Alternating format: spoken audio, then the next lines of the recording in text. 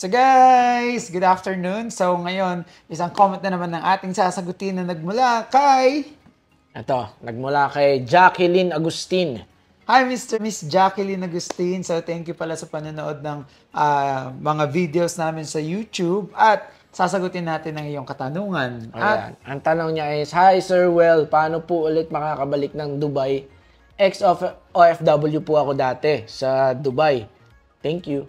Paano makakabalik ng Dubai daw yung ex-OFW? Okay, so paraan pala yung tinatanong niya or yung ano ang dapat niyang gawin para makabalik dito sa United Arab Emirates. Okay, sa mga ganitong klase kasing mga client natin na ex-OFW, ina-assess muna natin. Kadalasan kasi pag ex-OFW, tinatanong ko paano sila nakapunta dito before. Oo, kasi natawag dito may malaki ang chance na na ma-offload. Yeah. So, bakit ka malaki ang chance na ma-offload? Kasi dati, paano ka ba nakapunta rito? Either, cross-country ka bago makapunta dito sa United Arab Emirates, nag-tourist ka, pas naganap ng trabaho. Or else, may kamag-anak ka. Or baka ex-OFW siya sa ibang bansa. Yun nga, pwede rin yun. Like, for example, nag-cross-country naman siya, like, nandun siya sa Saudi, for example, pumunta pa rin siya dito as tourist visa. Pas naganap ng trabaho, nakakita ng trabaho. Or else, nandun ka sa Pilipinas, dati kasi medyo maluwag, dumiretso siya dito, nag-tourist visa, pagkatapos, nakakita pa rin ng trabaho. At the end of the day, tourist visa ka na naganap ng trabaho dito sa United Arab Emirates. Yun yung point. Pag yun yung point, nakita ngayon ni immigration yun, for example, syempre, ex-OFW ka, nasa Pilipinas ka, inaalam mo na ngayon kung paano ka pupunta dito. So, may mga paraan. Iisipin niya, mag-cross country kaya ulit ako. Pumunta kaya ako ulit ng Hong Kong, Singapore, Malaysia, kung saan man malapit sa bansa saka pumunta dito. So, makikita na ni immigration yun ngayon. May record na kasi. Yes. Na, dati nag-cross ka, pumunta ka dun sa Hong Kong, ba't di ka na bumalik? Di ba? Tapos, nasa Dubai ka, so ex-OFW ka na. And, ma-offload ka na. So, ang the best na paraan dyan is ma-direct hire ka galing ng Pilipinas papunta dito. Tatlong klase actually ang pwede niyang gawin. Okay. First is, tama naman yung sinasabi mo, direct hire process. Kung may employer na siya dito sa United Arab Emirates, pwede natin i-process yan with employment visa, with OWA and OEC. Second is, tatanong ko, may asawa ka ba dito sa United Arab Emirates? Tapos, asawa, complete documents, may mataas na salary, attested ang mga marriage certificate. So, pwede kang i-family visa. Yes. Pero or kung meron kang nanay or tatay, gano'n, dito. Yung pangatlo yun. Kung meron kang nanay or tatay, or immediate family mo, pwedeng bigyan ng affidavit of support. Oo. Pero kasi pag-asawa, hindi na hinahanapan ng affidavit of support kasi especially kung naka-family visa siya. So, yun yung tatlong way mo. Ulitin ko, pwede kang direct hire from Manila to United Arab Emirates with OEC ang employment visa mo dala dito. Second is family visa or husband visa na si asawa mo is complete documents. At pangatlo is tourist visa with affidavit of support direct from the Philippines to United Arab Emirates. Ito, kung naman gagawin mo lang, magte-take ka ng risk, magtutourist visa ka, yung katulad ng sinabi natin, from Manila to United Arab Emirates, hahanapan siya ng AOS or affidavit of support. So, sino-sino pa muna yung nakapagbigay ng AOS? Nakapagbigay ng AOS yung immediate family mo. Yes. Katulad ng nanay, tatay, or anak. Yeah. Pero dapat, meron silang, magkanong salary dapat? Kailangan nasa 10,000 dirhams ang salary nila. Tapos, saan ba kinukuha ang affidavit of support? So, kinukuha ang affidavit of support sa consulate. So, sila yung mag-aayos consulate dito sa Dubai. Kung kung taga Northern Emirates or Dubai, kung taga Abu Dhabi ka, doon naman sa Abu Dhabi or taga Al Ain ka, doon kukuhanin yon. So, sila yung magpa-process nun, i-check din nila lahat ng documents. Pag ang nag-process ng affidavit of support is agency, peke yun. So, hindi totoo yun. So, ngayon, sa mga ex-OFW dyan na gusto pumunta kasi dito. Malaking ano talaga yan eh. Malaking hindi malaking risk. Sobrang risk. Kasi Risky talaga. Kung magto-tourist visa ka papunta rito, tapos ex-OFW ka, parang hindi napapayagan ni immigration agad. Hindi napapayagan kasi nga dahil sa history. Napakadaling. Ang pag-usapan namang tourist visa, madaling i-process ang tourist visa. Mag-submit ka lang ng passport and photo na white background, 2 to 3 working days, lalabas ang visa mo. Pero ang problema dyan is si immigration. Papayagan ka ba or hindi? So, at this time, mas okay sa iyo na dun tayo sa mga legal way. Para nga naman, hindi masayang yung pera mo. Pero may mga client naman kami or may na-encounter kami, hindi namin tinutulungan kasi from Manila to, for example, pupunta doon, hindi namin sila masyadong tinutulungan kasi may offload pa rin yun. Ang process lang namin is tourist visa, so sinasabi lang namin sa inyo kung malaki ba yung chance na ma-offload mo or hindi. Pero may mga client kami, like for example, isasama yung buong family going to Singapore, for example, nakalusot na, tapos yung iba na iiwan doon, papunta dito. Pero ulitin ko, malaki yung chance nyo na ma-offload.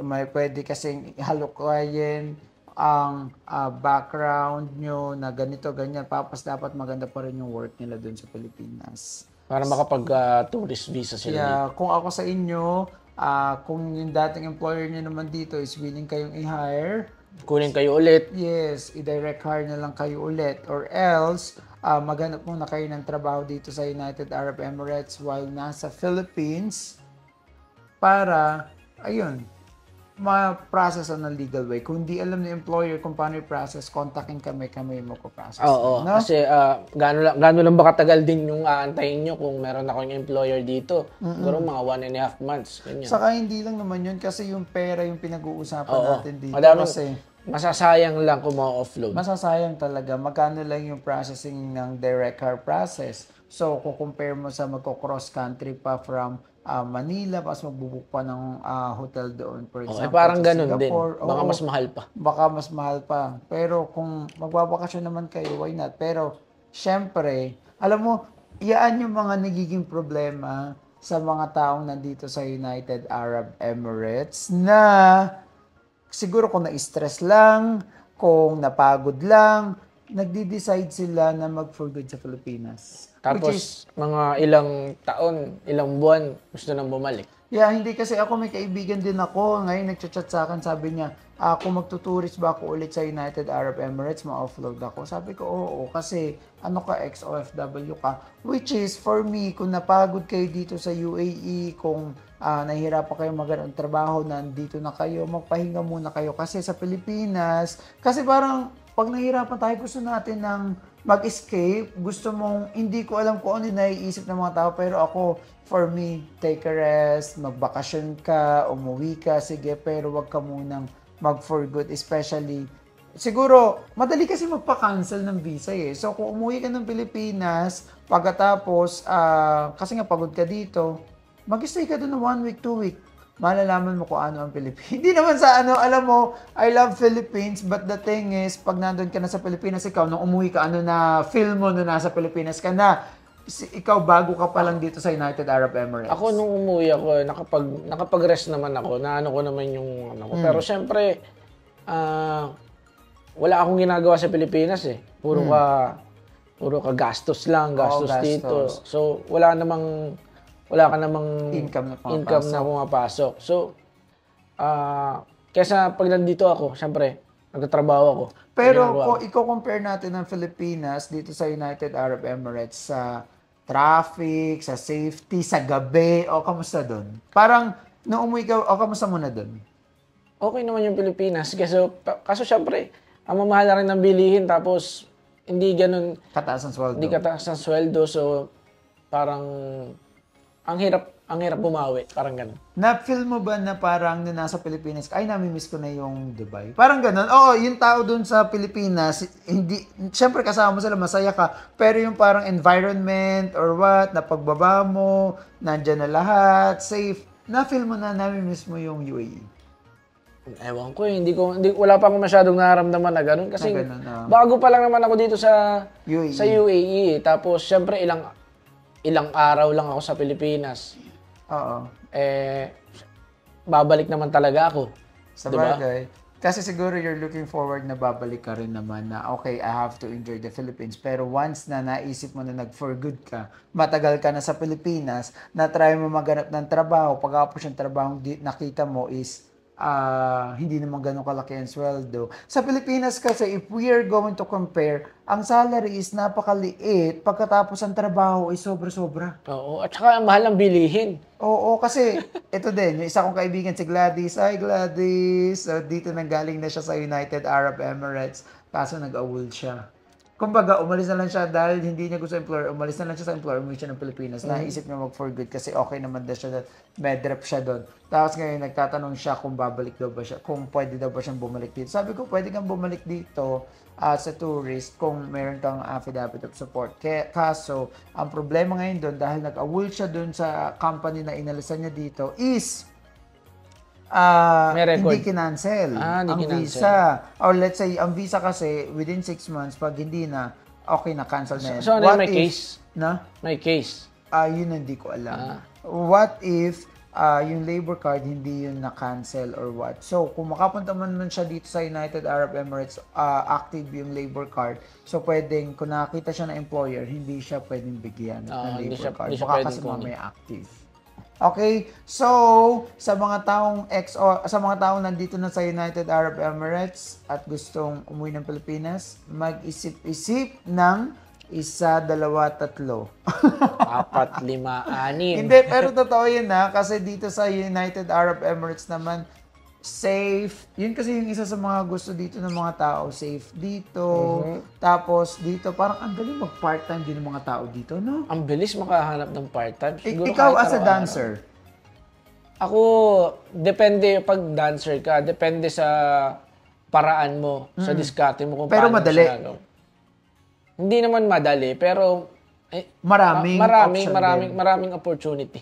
Oo. Yun nga, madaming opportunity dito. Pero sa mga nawawala ng pag-asa na nandito sa United Arab Emirates, like for example, kasi yung iba nandito, hindi pa makahanap ng trabaho. Di ba may mga tao dito nandito na hindi makahanap ng trabaho? So, I think tiyaga-tiyaga lang. Pagkatapos, malay nyo, makakita na rin kayo agad kung para sa inyo, para sa inyo. Pero yung mga tao naman nasa Pilipinas na gustong pumunta dito sa United Arab Emirates, sinasabi namin sa inyo na hindi madaling maging OFW. So, medyo mahirap din. Lalo na kung family-oriented ka, ma-miss mo yung family mo, especially kung hindi malakas yung loob mo. Kasi, pag hindi malakas yung loob mo dito, pagkatapos mag-isa ka, tapos madami kang pagdadaanan. Diba? Baka mamaya, Baka di mo kayanin. yung iba uuwi din agad ng Pilipinas, no? So, kung ako sa inyo, maganda-handa kayo at dapat alam nyo sa sarili nyo kung ano yung work nyo at kung ano dapat yung trabaho nyo hahanapin dito. Yes. Yun Pero lang. pero palakasan talaga ng loob din dito sa United. Hindi lang siguro dito sa United Arab Emirates, pero sa kahit saang bansa. Okay? Ayan. So, back tayo dun sa Kay Jacqueline. kay Miss Jacqueline. So, Miss Jacqueline, yun lang po. Walang ibang way na hindi ko marirecommend na mag-tourist visa kayo dito sa United Arab Emirates pag ex-OFW kayo. Ayun. So, Okay. nasagot namin yung katanungan ni Miss Jacqueline at sana nakatulong ito. Yeah. At sa susunod, sana makahanap na kayo ng employer Yeah. Habang Tapos, nasa Pilipinas kayo. kung nasa Pilipinas kayo para syempre pagdating nyo dito, napaka-smooth lang niya. Ako may trabaho na. Actually, yun yung ginagawa natin ngayon. Ang dami kasi sa atin nagtatanong how to apply po. Pero hindi lahat na kasi ang dami nga nagtatanong sa amin how to apply po, paano po. So ngayon, ang ginawa namin, kami naghahanap ng employer, pagkatapos, kung kayo, Kung may nakita kami na employer na naghahanap ng tao na kung ano yung trabaho noon, ipopost namin dun sa group. Yeah, meron kaming Pero, hindi lahat ng mga taong gustong pumunta dito at willing magbayad is mga karating kasi depende pa rin sa employer kung papasa ba kayo dun Sa sa interview. kanila. May interview. Oo, ang dami kasi sa akin magkano po ganyan. Pag nasabing presyo, okay po ako dyan. Let's say, okay ka dyan. Pero sinasabi ko na hindi pa rin kung para sa inyo kasi hindi pa rin ngunit willing ka magbayad, ikaw na ikukuhanin. Yes. So, syempre, dapat meron ka pa rin potential, magaling ka, may talent ka, may skills ka kasi daan ka pa rin dun At saka kailangan kailangan healthy ka. Di Kasi ba? nga, medical sila sa Oo. Pilipinas, so dapat physically fit sila. Okay, so thank you so much again, Miss Jacqueline. So kayo guys, kung meron kayong mga katanungan, kung paano nga ba ang mga proseso dito sa United Arab Emirates, so just let us know, comment down below, and we're going to answer it, okay? Yes. So thank you so much guys, and have a good day.